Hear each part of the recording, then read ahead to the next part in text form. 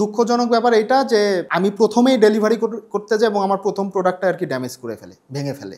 এইটা দিয়ে প্রথম মানে এই ভাঙার ইয়াটা আমরা টের পাই যে বাংলাদেশের লজিস্টিক্সে এটা একটা কত মানে প্রবলেমেটিক একটা বিষয়। জীবনে প্রথম ব্যবসা শুরু করতে যায় একটা বড় প্রবলেমে পড়ে গেলাম। এই প্রবলেমটার জন্য আমরা বলতে গেলে এখন এটা বলতে গেলে পুরোটাই ওভারকাম করে ফেলছি, বাট এখনো ভাঙার ইস্যু মাঝে মধ্যে আসে এবং আমরা এই ভাঙার ইস্যু নিয়ে অনেক কাজ করছি সোফার। একদিন কি করলাম, আমি হচ্ছে পিঙ্ক ফ্লয়েডের যতগুলো অ্যালবাম আছে অ্যালবামের সবগুলোর কাভার গুলো ডাউনলোড করে করলাম, আমি একটা ঘড়ি ডিজাইন করলাম। সেই ঘড়িটা ছিল হচ্ছে এটা প্রথম আমার জীবনে, এবং এটা আমি আমার নিজের জন্যই ফার্স্টে করছিলাম। দেখা যেত যে আমার ফ্রেন্ডরা যখন আমার বাসায় এমনি আসতো আড্ডা দিতে, সো সবাই বলতো যে এই জিনিসটা কোথায় পাইছিস বা এটা আমরা পাবো কোথায়। এই সময় আমার মনে হলো যে আমি জিনিসটা চাইলে কমার্শিয়ালাইজ করতে পারি।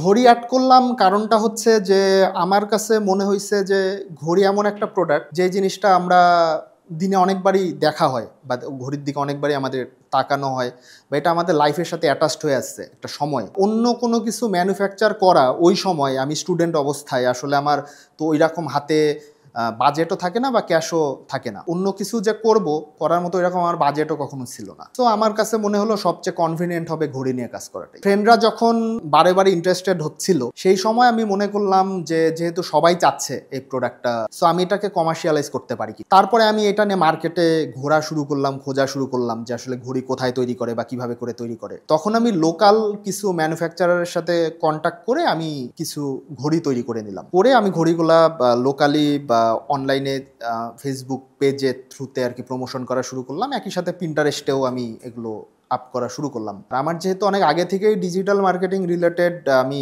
দেশের বাইরে কাজ করতাম, সেহেতু এই রিলেটেড একটা নলেজ আমার অনেক আগে থেকেই ছিল। সো সেই নলেজ এবং ইয়া থেকে আমি শুরু করলাম, এবং শুরু করার অলমোস্ট 3 দিনের মাথাতেই আমি আমার ফার্স্ট অর্ডারটা পেলাম আর কি। আমার জীবনে প্রথম অর্ডারটা ছিল মেবি 650 বা 700 টাকা। পড়াশোনার পাশাপাশি যখন এটা চালাতে থাকলাম এবং মার্কেটে আমি একটা ভালো ডিমান্ড দেখতেছিলাম, সেই সময় আমার পড়াশোনার পাশাপাশি এটা করতে যেয়ে দেখা যাচ্ছে যে পড়াশোনাও হ্যাম্পার হচ্ছে, কারণ সেই সময় আমি মোটামুটি থার্ড ইয়ারে পড়ি, মানে থার্ড ইয়ারে উঠছি আর কি।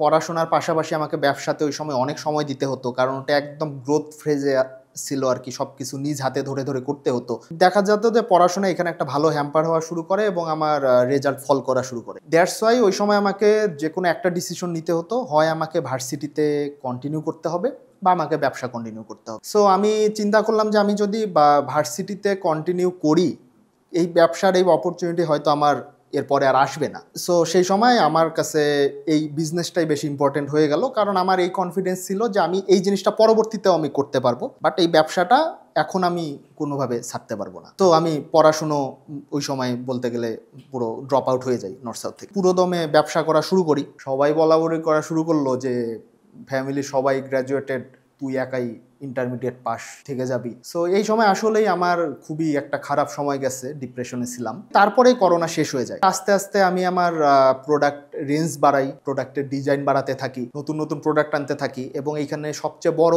যে জিনিসটা আমাকে সাপোর্ট করে, বাংলাদেশের কিছু কর্পোরেটের সাথে অ্যাফিলিয়েশন করি, রিটেল বিজনেস চলতে থাকে এবং আমরা আস্তে আস্তে অনেক কর্পোরেটের সাথে লিঙ্ক আপ হয়ে যায় আমাদের। এর মাঝেই আরেকটা মানে সেটা 2022 বা 23 সালের দিকে হঠাৎ করে, যেহেতু আমাদের প্রোডাক্টগুলা পিন্টারেস্ট সহ আরও অনেকগুলা প্ল্যাটফর্মেই ছিল, আমার কাছে দেখি বাইরের একটা ক্লায়েন্ট একটা রিকোয়েস্ট এসেছে, মেইল। সে আর কি আমাদের প্রোডাক্টগুলো কিভাবে ম্যানুফ্যাকচার হয় বা এই বিষয়ে জানতে আগ্রহী, এবং তার সাথে যখন আমার কমিউনিকেশন কন্টিনিউ করতে থাকি, সেই সময় সে আমাকে অফার করে যে আমাদের যে উডেন প্রোডাক্টগুলো এগুলো আমরা দেশের বাইরেও এক্সপোর্ট করতে পারবো কিনা। সেইখান থেকেই আমাদের যেই উডেন প্রোডাক্ট এবং যেই ইউনিক এই টাইপের ভিনাইল প্রোডাক্টগুলো, এই টাইপের প্রোডাক্টগুলো আমাদের বাইরে এক্সপোর্ট করা শুরু। তো এখন আমাদের দেশের বাইরেও ইউরোপেও বেশ কয়েকটা ক্লায়েন্ট আছে যাদের কাছে আমাদের রেগুলার বেসিসে আমরা প্রোডাক্ট এক্সপোর্ট করতেছি।